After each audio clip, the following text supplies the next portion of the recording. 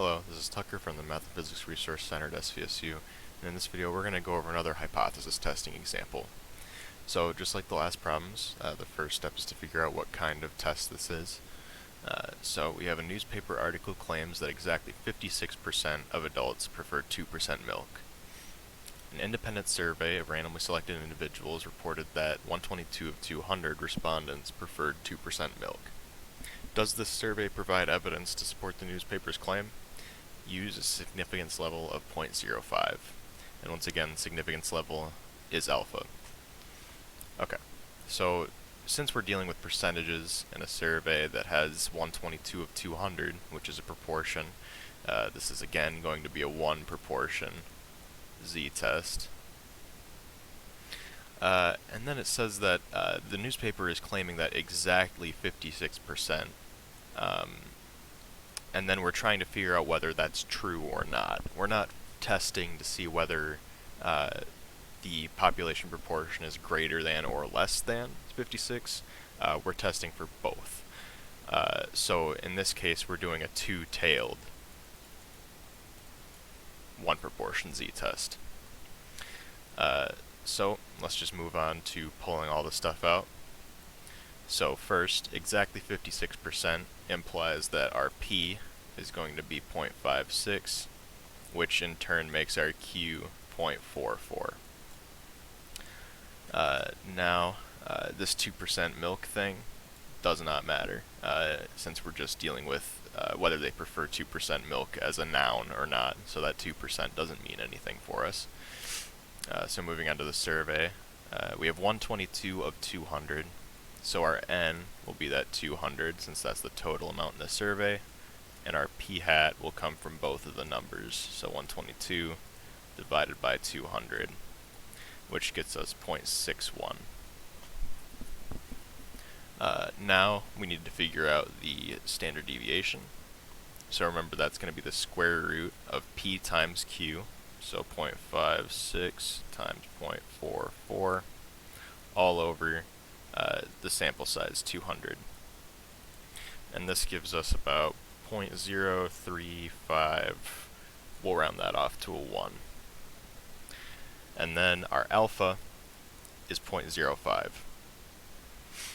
Now, since we're dealing with a two-tailed test, we have to take that 0.05 alpha.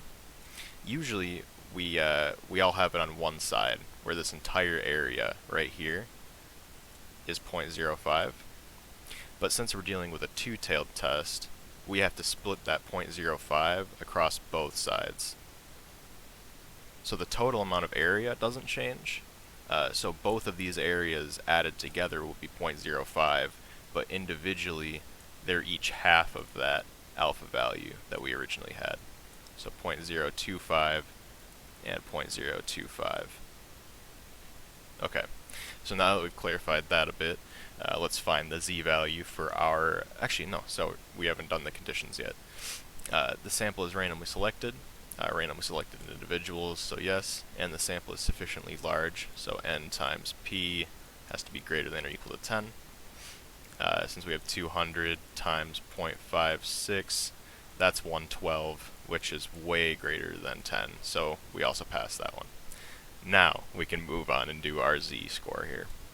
So the z for our sample, remember, it's going to be the p hat, 0.61, minus our p, 0.56, all over the standard deviation, 0.0351. And our z-value ends up being 1.425. We'll round it off there. Okay, so now that we have our z-value, remember there's two different ways of going about the problem, either the p-value or the z-value. What I'm going to do is the z-value first. So since we're dealing with a two-tailed test, we have to find really our z alpha divided by 2, which is going to be found by the same process that we usually do, just we're going to be finding the area of one of the two tails.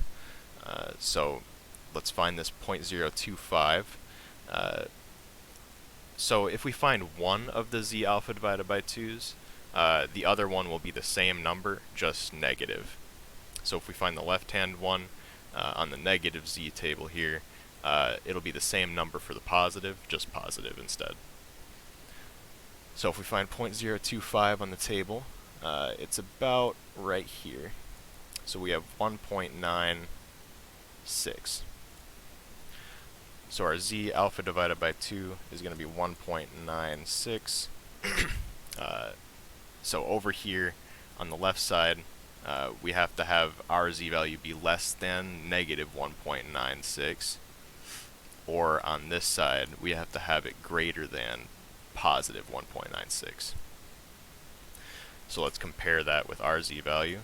1.425.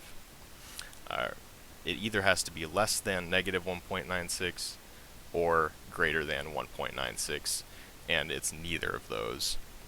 So 1.425 is less than 1.96, so we fail. We fail to reject the null hypothesis.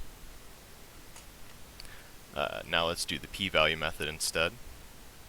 So in order for us to reject by the p-value method, our p-value is going to have to be either less than 0.025 or greater than,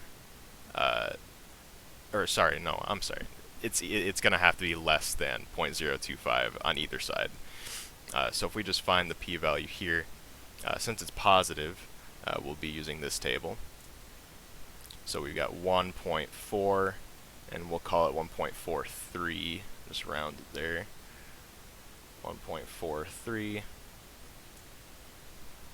So remember, with a p-value, if we're dealing with a positive side, we have to subtract it from 1. So 0.92364. So this ends up giving us a 0.07636, which, if we compare to 0.025, remember it has to be less than that, which it is not less than. So once again, we'll fail to reject there. So now that we've come to our conclusion, let's write a little statement. So remember the question. We're trying to prove that the newspaper article is wrong in saying that exactly 56% prefer 2% milk. Since we failed to prove them wrong, we can say that there is not sufficient evidence to claim that the newspaper is wrong. The survey supports the claim of the newspaper. Since our claim did not reject the null hypothesis, we can't say that the newspaper is wrong in this case. And that's about it. Thank you for watching.